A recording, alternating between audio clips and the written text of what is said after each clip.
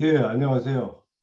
차세대 교육정책과제를 발표하겠습니다. 저는 명지대학교 석좌교수로 있는 김경애입니다. 저 오랫동안 공직생활하다 성신여대에 10년 있었고, 현재는 명지대 교과과로 있습니다.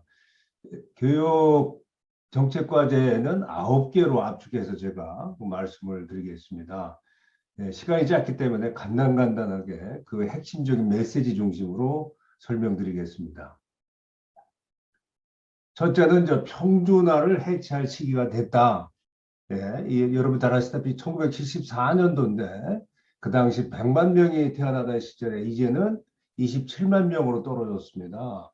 이제 평준화를 시대 변화에 맞게해서 이게 폐지하고 학생이 학부모를 선택해야 된다. 그럼 어떤 내용으로 하느냐 하면은 단일 학군, 서울 시내는 13개 학군이 있는데 통합해서 자기가 어디가 가고 싶은 학교를 지원할 수 있게 한다. 지금은 서울시를 기준으로 제가 말씀을 드리면은 전기에는 특성화고등학교, 직업계고등학교하고 그동안에 외고하고 자사고 했는데 자사고가 빠졌죠. 가지고 소위 말하는 과학고 3개, 영재고, 예술고 이런 것들이 이런 학교들이 이제 전개하거든요. 그래서 평준화가 해제가 되면 어떻게 되냐면은 전기 후기가 되고 모든 학교가 학생을 받고 선발권을 갖습니다. 그럼 어떻게 선발할 거냐, 이제. 근데 경쟁이 치열할 때 이게 핵심적인 내용인데 이 반대한 사람들은 만약에 다시 시험으로 들어가면은 입시 지옥이 된다, 사교육비 든다 이렇게 얘기하기 때문에 이게 추첨이나 내신을 방법으로 하면은 방금 얘기하는 입시 지옥 문제, 사교육비 문제를 우리가 해소할 수가 있다 이렇게 생각을 합니다. 두 번째 자사고 외고 문제는 이거는 학교 선택권 문제 그리고 자기들이 돈 내고 있는 학교를 선택하는데 정부가 일방적으로 없애는 것은 사학의 자율성뿐만 아니라 학생 학부의 선택권을 제약하기 때문에 유지해야 된다. 그다음에 이제 고교 학점제가 도입됩니다. 고교 학점제가 뭐냐면은 대학처럼 고등학생들이 선택해서 듣는 거예요. 그러니까 진로와 적성에 맞춰서 하는 거는 이거는 일부의 반대 의견이 있습니다만 이거는 추진해서 선택권은 결국 세 가지예요. 학교 선택권, 과목 선택권, 선생님 선택권인데 선택권을 최대한 보장해 줘야 된다. 저렇게 주장을 하고 있습니다. 이게 고등학교 연결인데 여러분들 이 는 거는 여러분 아다시피 외고 자사고 합쳐봤자 이게 4.6%밖에 안 됩니다. 이걸 참고로 하시고요. 그다음에 직업계고등학교는 전국에 합쳐봤자 16%, 이게 다 합쳐 20% 선택권이 있는 학교가 지금은 그렇습니다. 두 번째 대학 입시 자율화 부분인데 이거는 저희들 알겠지만은 이제는 정부에서 정권에 따라서 색깔이 바뀌는 대학 입시가 이제는 대학한테 돌려줘야 된다. 근데 갑자기 바꿨을 때 여러 가지 혼란과 준비가 안 돼 있기 때문에 1단계, 2단계 나눠서 하는 게 좋지 않겠느냐.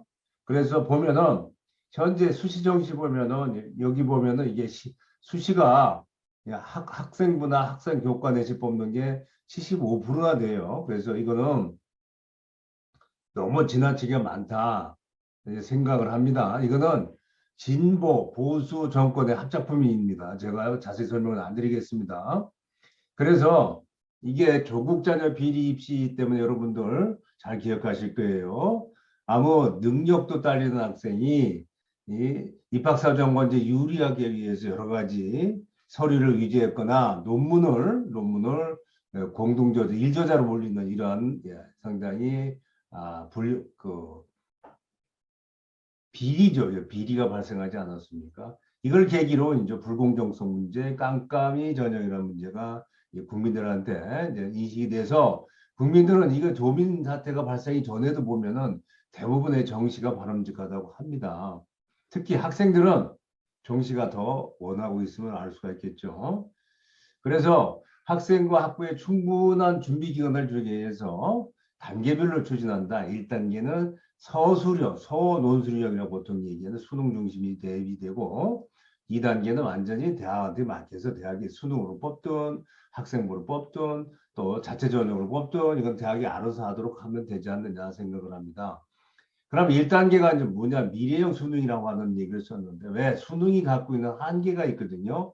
오지선다형이라고 하는 문제는 꼭 한계가 있습니다. 그래서 오지선다형에서 서술형, 논술형 문항을 추구하자. 추구하는 방법 두 가지예요. 지금 이제 수학의 30문항 중에 8문항만 단답형이고 모든 문항이 다 오지선다형인데 거기다 일부를 서술형은 아주 간단한 답변을 얘기하고 논술형은 길게 쓰는 걸 얘기합니다. 이렇게 변경하는 방안이 추가하는 방안이 있고요. 두 번째는 수능을 분리해서 수능 완투를 하는 겁니다. 수능 완은 지금처럼 오지선다형으로 하고 수능 투는 교과 지식을 묻는 교과 지식을 묻는 마치 SAT 1, 2가 있어요. 물론 2가 최근에 없어졌지만은 그러면 수능 2가 되면은 분리순형이 되면 수능 2는 주로 교과. 내가 만약 경제학과를 지원한다면은 경제를 이 교과에서 제 수능 2에서 선택을 하도록 대학이 요구를 할 수 있죠. 이렇게 하는 겁니다. 우리가 이제 그 서술형, 논술형 했을 때 채점의 공정성을 많이 얘기하거든요. 객관성.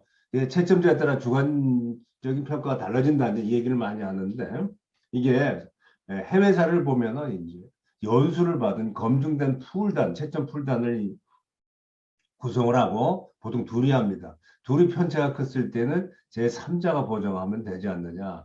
이렇게 저는 주장을 하고 있습니다. 뭐 성적의 활용, 특히 이제 사교육 대책을 많이 얘기했는데 이제 무슨 제도를 바꾸면 맨날 학교 준비가 안 돼 있기 때문에 학원으로 간다. 이거는 지금 평가원에서 모의고사를 하는데 그리고 현재 서술형, 논술형 문제를 이게 개발해서 지원해주고 있어요. 이름을 계속 우리가 지원해주면은 학원으로 가는 거는 좀 줄일 수가 있지 않느냐. 그리고 그 다음에 이제 학종 전형은 특별한 경우만 적용하도록 한다. 우리가 소위 말하는 사회통합 전형 같은 경우는 수능으로 뽑으면은 학생들이 성적으로 올 수가 없기 때문에 이런 경우는 특별히 배려할 경우만 쓴다. 이제 이런 얘기입니다. 세 번째, 교직사회 이제 개방과 경쟁이 상당히 이제 파괴력 있는 얘기입니다만은 현재 호봉제인데 가만히 있어도 1년에 5만 원 먹든 많은 경우 10만 원 이상 승진되지 않습니까? 승급되지 않습니까? 그래서 이거를 물론 선생님의 생산성을 측정하기는 좀 한계가 있지만은 점진적으로 연봉제를 개편해야 된다. 우선 교감 교정부터 하자 이런 얘기고요. 그다음에 요건 교사 이제 순환 전부제가 자동으로 되거든요. 5년만 되면은 A라는 학교 A 지역에서 B 지역으로 옮기는 건데 이것도 할 때 교장이 추천제로 바꾼다 그러면은 쉽게 얘기해서 이게 추천받지 못하면은 자기가 가고 싶은데 못 가지 않습니까? 네, 이런 얘기. 이게 소위 말해 교직사회가 우리나라 하향 평준화돼 있어요. 이런 문제. 교원제가 갱신제라고 하는 거는 한 번 지금 사범대학 졸업하고 교대 졸업하면 자격증 따는데 10년 주기로 자격을 갱신하자. 일본 모델입니다. 그 다음에 이제 교원 평가를 하고 있는데 이게 어느 여당 국회의원, 대통령 후보가 주장을 했는데 평가 결과 나쁘게 나오면은 퇴출시키자. 이게 상당히 충격적인 얘기인데 이게 보통 5점 만점에 2.5점이 나오면 지금 특별 연수를 받는데 이걸 계속 저평가자죠. 저평가자에 대해서는 3번 이상이면은 공고 사직시키자는 얘기고요. 네 번째 주제는 우리가 인공지능 시대라고 얘기하지 않습니까? 인공지능을 주도하는 인재를 좀 키우자. 인공지능 인재 강국이 되자 이 얘기입니다. 그러려면은 초등학교 때부터 해야 돼요, 사실. 그래서 초등학교 현재 여기 보면은 17시라고 하는 건 여러분 쉽게 얘기하면 주당 1시간씩 하는 거거든요. 그러니까 1학점밖에 안 돼 있어요. 이거를 2학점으로 늘리자. 이제 그런 얘기입니다. 또 두 번째는 중학교는 정보교과로 해서 34차씩 그러니까 2학점짜리가 돼 있는데 4학점으로 늘리자. 그런 얘기고 고등학교에도 좀 필수로 하자 이런 얘기가 됐고요. 그다음에 여러분들이 중요한 건데 우리나라는 현재 문과 중심으로 돼 있거든요. 그래서 문과에서 이과 중심으로 좀 가자. 더 자세한 설명 여러분 가만 생각해 보세요. 예, 우리나라는 초중고로 보면은 문과가 50%고 이과가 30%, 예체능이 20%입니다. 그다음에 AI 영재를 키우려면 과학중학교 현재 없잖아요. 체육중학교, 예술중학교는 있는데 왜 과학중학교가 없느냐? 신설하자. 과학고가 전국에 20인데 확대하자. 영재학교 8개 확대하자. 그다음에 과학고등학교 증설하는 방법으로 여러분들 자사고 외고가 원한다면 이게 과학고등학교도 변경을 허용해 주자 이 얘기입니다. 그다음에 이제 핵심적인 건 이제 수능이 2024년도에 개편을 해야 돼요. 이때 정보과학을 수능 과목으로 넣자. 대학원에서 대학이나 대학원 수준에 10만 명 양성하자 이런 얘기입니다. 그다음에 기본 학력이 많이 떨어지고 있다는 얘기를 많이 하거든요. 이 문재인 정부 들어와서 기본 학력이라고 기초 학력이라고 하는군요. 20점짜리 얘기하는 거 쉽게. 20점짜리 미만이 10%가 넘습니다. 이런 학생이 수업 시간에 자고 수포자나 영포자가 나오는 거죠. 그래서 이 전교조 얘기 듣고 전국 단위 학력 평가를 2017년 문재인 정부 들어와서 샘플로 바꿨는데 이걸 전수조사에서 표지평가를 바꾼 걸 전수조사에서 학력을 진단해서 알려주자. 학부모한테 이제 거부하게 되면 학부모는 해달라고 요구할 수 있는 권리를 부여하자 이런 얘기고요. 이게 유급제가인데 선진국 유급제가 다 있어요. 그리고 수준별로 가르칩니다. 근데 우리가 한 반에 모아놓고 가르치니까 수업이 굉장히 선생님이 어렵고 그다음에 학생이 따라오기도 어렵단 말이에요. 수업 진도 나가기. 이거는 참 우리가 그 낙인감 준다고 하는데 자기가 또 차이가 있고 못하는 것도 알려줘야 돼요. 이게 이런 부분 때문에 우리가 저는 이 강력히 주장합니다. 그다음에 자유학년제 폐기하자, 혁신학교 폐지하자. 핵심 이거는 뭐야? 진보 진영의 아이콘입니다. 이걸 폐지하는 얘기고요. 그래서 학력 향상 지원법을 만들어서 공부시키자 얘기입니다. 공부시키자. 대학의 연구력 제고입니다. 모든 대학을 다 키울 수 없고 모든 분야를 키울 수 없기 때문에 10개 분야를 해서 글로벌리 10 안에 들어가도록 하자. 서울대 참 많이 갔을 때 전국에 30, 아니 전국이 아니죠. 세계적으로 30몇 정도 나오잖아요. 이거를 10개 분야에서는 세계 10위 안으로 들어가자. 10위 안에 들어가는 건 주로 연구, 쉽게 얘기해서 페이퍼 갖고 얘기를 하는데요. 그러면서 이게 10-10 프로젝트를 하자. 그 분야는 어떻게 할 거냐. 쉽게 미래 산업 분야와 연결된 분야를 하자. 이게 이공계 중심이 되는 거죠. 쉽게 얘기해서. 그렇죠? 인문사회가 좀 미안하지만은 이공계 중심으로 해서 이게 클러스를 조성한 다음에 우리가 집중적으로 지원하면 어떠냐. 연구라든지 연구 집중적으로 지원하는 거죠. 이거는. 이런 게 선택과 집중입니다. 이게. 그럼 산업 경쟁력의 토대가 되는 우리가 지식을 창출하고 인력을 키울 수가 있거든요. 대학이라고 하는 게 석박사 인력을 키우는 데 아닙니까? 저는 꼭 10-10 프로젝트를 제안을 합니다. 7번째, 대학이 요거 아다시피 정원 미달로 굉장히 힘들어해요. 올해는 4만 명, 내년 8만 명이 미달이라고 예상을 하거든요. 이거 어떻게 하겠어요? 그래서 여기 뭐 여러 가지가 있습니다. 핵심은 요겁니다. 사립학교 구조 개선 촉진 및 지원한 법률을 개정해서 어떻게 하느냐? 사립학교가 스스로 문 닫도록 하자. 여기서 핵심은 요겁니다. 잉여 교육 재산의 매각 및 용도 전환을 좀 해주자. 이 얘기입니다. 지금은 문재인 정부는 어떻게 생각하느냐 하면은 문재인 정부는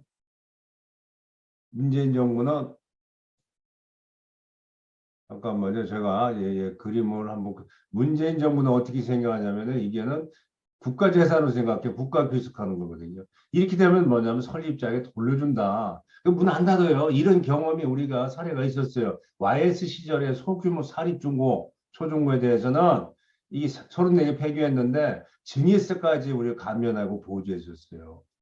그렇다 보니까 이게 33개나 했거든요. 이런 실적이 있습니다. 이게. 왜냐하면은 우리가 따져보면은 우리가 이렇게 하지 않으면 학교가 어차피 다운사이징 하는데 이거는 우리가 이런 일시적이지만은 한번 필요하다고 저는 주장을 하고요. 그다음에 학교 운영이 좀 너무 정치화되어 있다는 얘기를 좀 많이들 하시는데 쉽게 얘기해서 교육감 직선제를 폐지해야 됩니다. 그럼 어떻게 할 거냐? 저는 러닝 메이트도 아니라고 봐요. 임명제가 낫다고 그래요. 아직 시도지사가 도의회나 시의회 동의받아서 하면 안 됩니까? 이제 저는 이걸 근데 이게 국민의힘은 러닝메이트를 주장하는데 러닝메이트 어차피 선거에 집어넣는 거거든요.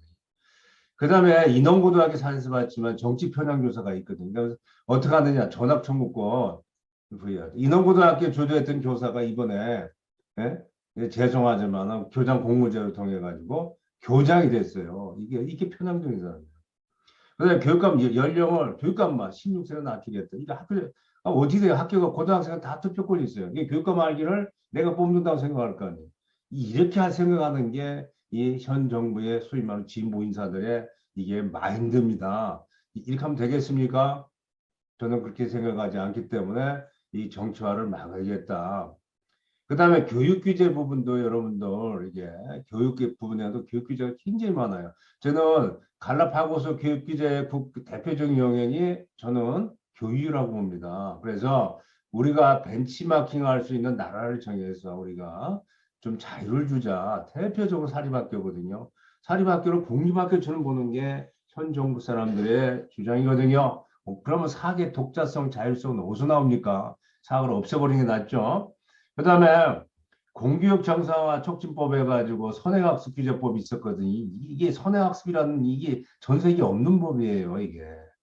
예? 그러니까 너무 진도에 앞서가면 안 된다. 이게 무리하는 거 알지만은 이게 우리가 얘기하는 교육에는 실링, 상한을 두면 안 됩니다. 벼룩이 뜨는데 천장을 두면 안 된단 말이에요. 천장을 두는 거거든요. 이게 이렇게 해가지고 막 강조하는 건데 이것도 우리가 없앴으면 좋겠다. 선행학습 규제법 만들어봤자 죄송하지만은 죄송한 게 아니죠. 뭡니까? 이게 만든 이유는 공교육을 살리고 그다음에 사교육비를 줄인다고 했는데 이걸 해봤자 이게 5년 됐는데 5년 돼. 이게 박근혜 정부 때 했어요. 사교육비하고 뭡니까? 공교육은 계속 만족도는 들어오고 사교육비는 굉장히 증가하고 있거든요. 자, 제가 여기까지 간단히 말씀을 드리는 걸로 하겠습니다. 이게 시간이 많으면 충분히 드리겠는데 제가 간단하게 9개 과제를 말씀드리고요. 예, 제 의견 들어서 제 제안을 들어서 감사합니다. 예, 이상 마치겠습니다.